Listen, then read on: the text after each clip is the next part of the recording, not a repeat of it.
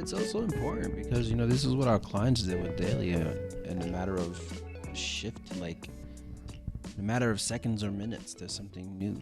And so, right. It's just kind of like we are taking it back sometimes, or at least I am. Yeah. When you're trying to focus on one issue or struggle and then all of a sudden something else happens, because like our clients are not in like our like state, in terms of like stability. Yeah. That's one less worry we have to worry about. If we have clients who are homeless, that's every day. What about trying to get the food? What about trying to find like warmth, blankets, clothes, education, So, I mean, that's just most impactful. What I at least deal with. I think that's a great question, right? Like, how does this impact our clients? Like, how do we see these existential crises? How do we each like work with our people, that we've tried to help in life, in our professions, right? We're all therapists. We're all healers. We're all in the helping professions. Yeah. Well, I think, sometimes asking the question of like, what does it mean? What does it mean to be going through something like this? What do you know about, being homeless? And kind of like really kind of embracing that identity in that moment, and kind of really kind of holding on to like what it is, like maybe not even embracing, but sometimes just accepting. Yeah, just accepting it as it is, right? This is right. And sometimes it is kind of like a daily thing, but as I think back on kind of what Viktor Frankl said, right? And essentially is like, what does it mean? What does it mean to do this? How do I find the purpose? And how can I, bounce back from this? It's deep questions that, it sometimes takes a long time for, clients to really answer, and even as ourselves too. Well, it's a series of experiments too, right? I mean, I think as a therapist, right, Viktor Frankl was observing, other people like going through it, and he was going through his own shit, and he was asking himself those questions. And I think that he was naturally asking those around him those questions. And that's the same thing that I try to do, like, as a therapist, and trying to ask those questions with my clients. Because you're right, dude, it's hard to accept. It's hard to like embrace, and we don't get it right on the first time. Sometimes we got to keep exploring and be like, yo, man, this is the third time we've heard like from a school that is calling you about AWOLing, or like, just like, what is going on out here? Like that, we be making repeated mistakes out here, and I think it's just an existential psychotherapist. It's just about trying to be like by your side as you going through them, and just exploring like, well, where do we go from now, or where do we go to now? Imagine you're walking around in the same circle, and you're just kind of like, I'm here, bro, but we can go that way, though, like, if you want. We've been going right for a long time out here. You try left. Yeah, I deal with that a lot with clients because I work at an eating disorder clinic. When you look at the eating disorder, it's when you talk to clients, they liken their eating disorder like a best friend, or my eating disorder is my identity. This is who I am.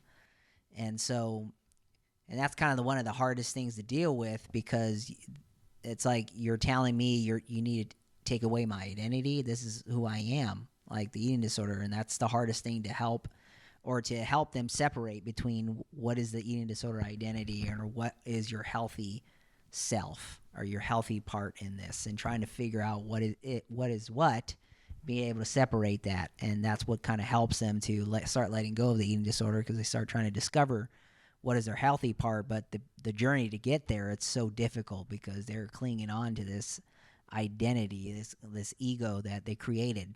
and it's like this is me, and it's like, no, that's not really you, and that can bring such an existential crisis to them, because it's like, who am I without the eating disorder? Who am I without this thing?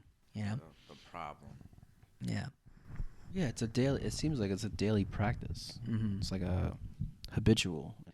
For outside looking in, could imagine someone who is going through that.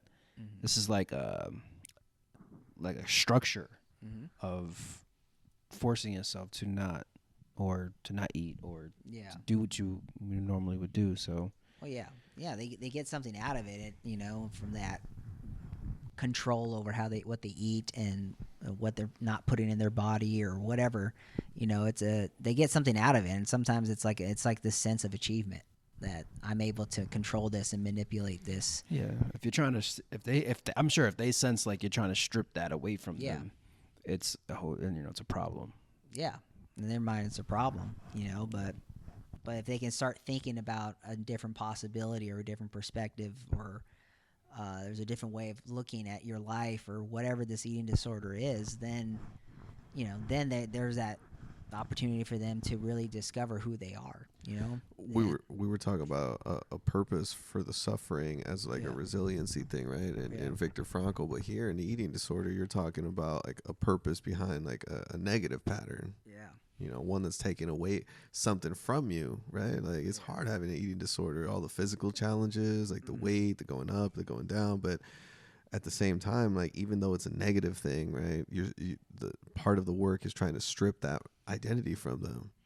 Yeah, that's true. Try to help them to strip them away and dismantle the belief system that they have about themselves, you know, and that's the hardest thing, because you're trying to challenge a belief system, this belief system that's been created and, rooted, in them, and so it's like that's the toughest thing to do and help people get through, because you have to tell them, like, you have to dismantle this belief system, especially when you get into more of like body image and stuff like that, and how like a lot of society and culture has influenced like certain shape and sizes, and that everything should be like, you should be like, look like this, or a woman should look like that, and a man should look like that, and the constant pressure of that, and then it gets in their brain to think that, well, this is how we think, like this is natural, like you should have a skinny body, and the guy should be this ripped ass like male, and it's like but so yeah, helping them to dismantle that kind of belief system, or tying their self-worth or their identity to this ideal, and that's hard. It could be hard too, man. Yeah, especially within a system where you're basically saying like, hey, we're going to get you from point A to point B, even though the point B is we're dropping you into like this desert of like that whole dread. And Yeah. it's like, all right, hey, you're Yeah. done. You're without the problem. We fixed it. And it's like, no, wait, the work is, there's still a little bit more to A little go. bit more to go, yeah. Of just like, hey, this is where you already created the vision of where you want to be, what would be the healthy self, you without the problem, and Yeah. now here's how you take the steps, and what people you're gonna associate with, and Yeah. where you feel like you belong, and who's your supporters, and hopefully. But some Yeah. people, they just like, oh, you're done. Yeah. Figure it out from here. Exactly. Yeah. Which, I feel like, working with kids, it's some of that stuff, like with existentialism, and John, you can correct me if I'm wrong or not, but some of the stuff is like, hey, you're 6. You're, Hey, you're 6. You're 11. Oh, I know where you about to go.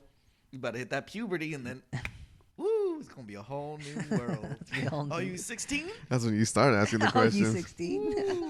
Hey, Oh, why? Stuff's about to happen. just wait. Just wait. So at least you can prep them for that. Oh yeah, you think you know, but You you think don't you know know. what you don't know. Oh, you about to turn 18. Oh, you think about to go in and get your own place? Okay. Oh, 21 now. a 2-bedroom in Silicon Valley? Let me set them up for this screen. So, some of the stuff, do you feel like that's somewhat easier to set them up for that stuff, or guide them through? I think definitely, especially for some of the ones that are asking themselves the questions. I love working with the teenagers that are like transitioning into early adulthood, you know, because they have so many of life expectations, right? They have so many ideals, and Right. part of the therapy is like, you know, I'm walking right next to you, but I've already gone through some of these, and ain't working out so easy like it sounds on paper, huh? You know, Exactly. And some of that stuff, like, I feel like it's still hard work to do because it's one of those things where it's like we can do the work. However, my journey is way different than your journey, than Corey's course. journey, than Luis's journey, than Jeremy's journey. So it's like the clue that I needed was this other thing that I had to go digging for, and I found like in the back of this chest that was locked in this door that was on the other side of the world. That's where I had to go to, but you can't go to that same spot to get that peace or, you know, understanding. Well, I think that there's like, as you were talking about it, it was even thinking about it visually. Like with other therapists, I feel like you're like, let's say you got lost in the desert, right? You got dropped there, like the visual that you've mentioned a couple times now. Right. I feel like in a lot of other therapies, the therapist would be next to you and they'd be like your right hand mate. Like they'd be like the skipper and you're the captain or some shit, right? So like they're following your command, you're steering the ship and all that. I think with existential and working with the teenagers, especially that are starting to question themselves and their path and all that, it's like you guys aren't like a hierarchy system. It's like you guys are just like together, so you get to challenge a little bit more. It's not just like, well, where do you want to go on the map? It's more like, well, this is where I've been on the map, and this is where you think you want to go on the map. Like, how about this one you try my way? How about this one we try your way? You know, and it's more collaborative. Right. You know, and but you're right too, man. I mean, what do we also do with the kids that, I mean, they're too young. They don't know that. Right. You know, yeah, there's some prep work too. There's also just like, you don't know what you don't know yet. Speaking of, you know, the eating disorder that the clinic that Lou was talking about, he mentioned something about societal issues, right? He mentioned something about like how there's this image that creates this belief system and all these desires, right? My to connect that, you know, I being as that you host a Black mental health advocacy podcast. How do you work with that also on the existential front, man? You are a Black man, you are a therapist, but I'm also sure that you have Black clients and you live in this climate that of Black Lives Matter and all the news. I mean, that's another societal issue that's going on right now. That's raging. It's ongoing, man. Man, I think it's, I mean, effects of trauma. That's what it is. And then we're breaking it at a whole nother level. Then we're not just talking about mental health. We're talking about just the confusing piece within trauma and like the residual effects of it. Understand that the reality is this. For everybody else that like, hey, the justice system works. If you do something, you will get in trouble for it. You go to jail. But then there's this underlying like historical trauma that's like, no, somehow, some way, it's going to fuck up and this person's going to go free. Within that, knowing that, what does that mean for us? Even though it's always been this thing. It's always been this historical trauma. It's always been dealing with these hardships. It's always been being mad and then not knowing what to do with it. And then we fuck shit up. Or we internalize it because we can't be angry. We can't be angry Black person. Exactly. So it's just, where does this all go? And consistently of just like being reminded of, because of all the past atrocities and transgressions, there's a lot of things that aren't options for us on top of that. So then it's like, where do we go for this? Where is our community when it's being kind of pressed down or segregated or gentrified or basically culturally appropriated? What is ours? I think there's several little questions like that. Like, where can we be safe? Where do we belong? Where do we get ahead? I think that a little even metaphor that I kind of was picturing as you mentioned that is we've been talking about these forks in the road, right? These executive decisions that we're making for ourselves.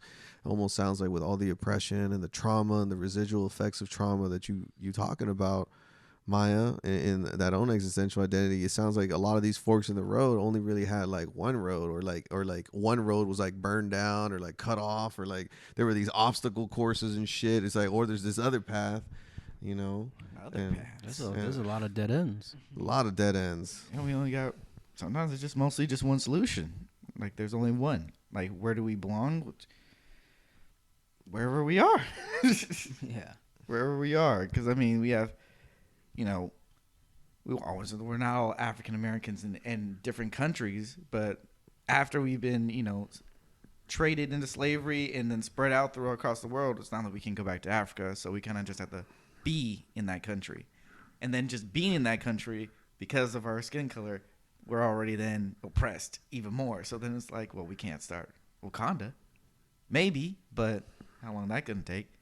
Yo, Akon, bring your city here. Yeah, I mean, they're not. You guys are not going to pull up an island in the middle of the ocean, and then just like, hey, you guys can have this. So it's just, you know, just gotta thug it out, tough it out, push on through, be resilient as we've always been. It's just sad, man. You know, you talk about societal pressures and like, why does the world have to be this way? You know. Like, to me, it's just there just seems to be this ongoing press of we have to find another way to continue what was. You know, if it's not slavery, we have to find some form of slavery, or like mass incarceration. Yeah, like you have to find some form killings. of oppression, some form of, you know, fucking more hardships that already is. We just have to we're repeating it. Some every time. form of less opportunity. How are we as a nation going to like continue what our forefathers have done to this specific, you know, population? And I think that right now, you know, the kind of it thing is that, you know, we're kind of thinking that America's going through this existential crisis right now. Right. But I think that the reality that you're talking about, Maya, though, is that if you're black, it's kind of like, yeah, we've been through this. It's always been like this. This isn't this existential crisis. It's been like this, you know, and we're not exactly moving forward either. Like, we're still at that fork in the road. Like, we haven't even chosen that lighter path yet. We're still, man, we're just right there. You're still there. Yeah, I mean, for the most part, it's just one choice. it's one choice. So, I mean, we waiting.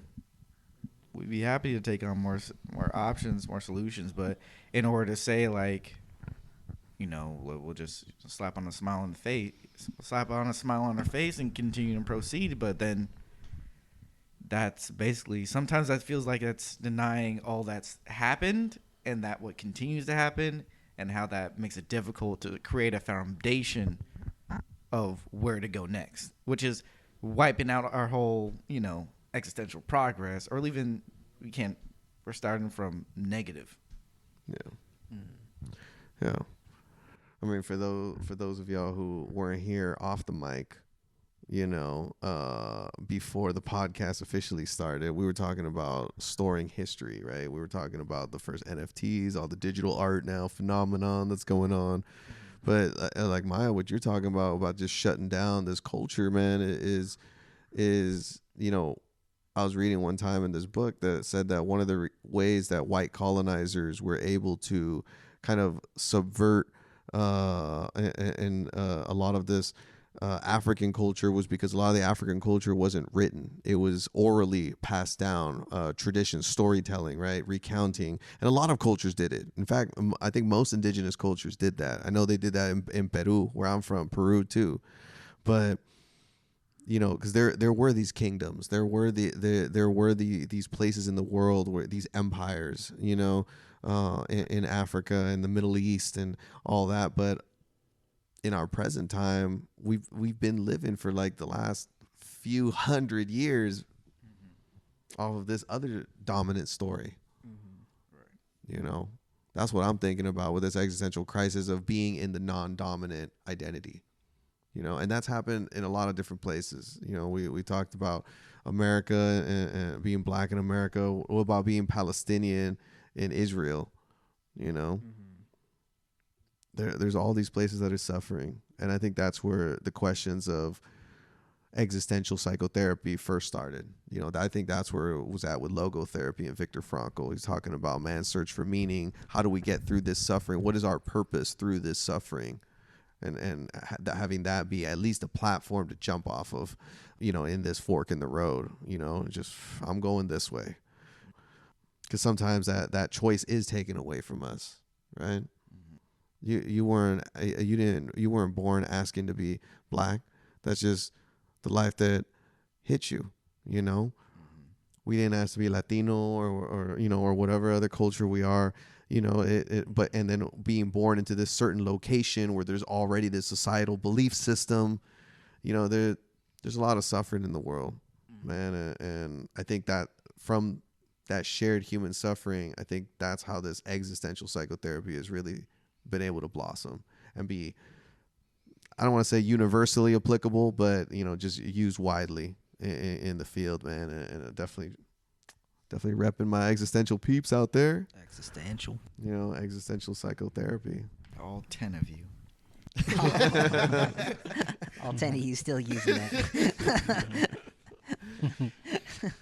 That's hilarious. Yeah, I think that's, well, within race and just figuring out like who you are, what your racial identity, culture means to you. That's a whole nother journey. That might be another episode, John. That's a whole other episode, but, you know, for now, I just want to thank everybody again for getting vulnerable on the set. You know, we all out here shared some existential, this crisis, that dread. You know, I think for all y'all listening on the podcast, you probably heard some of our tears, some of our truths out here, you know, and some cries. You know. And but that's what podcasting's like, and that's just the kind of thing that we try to do out here on Therapy House. Talk about our life journey, how it intersects with our work, how it intersects with us being therapists. I think next time we're gonna be burning the candle at two ends, right, Maya? I think that's the little theme next time. That's the last one of the season finale. Okay. That's another existential transition right there. Burnout. Always on Therapy House, burning the candle at two ends. Episode coming up. We out. Later.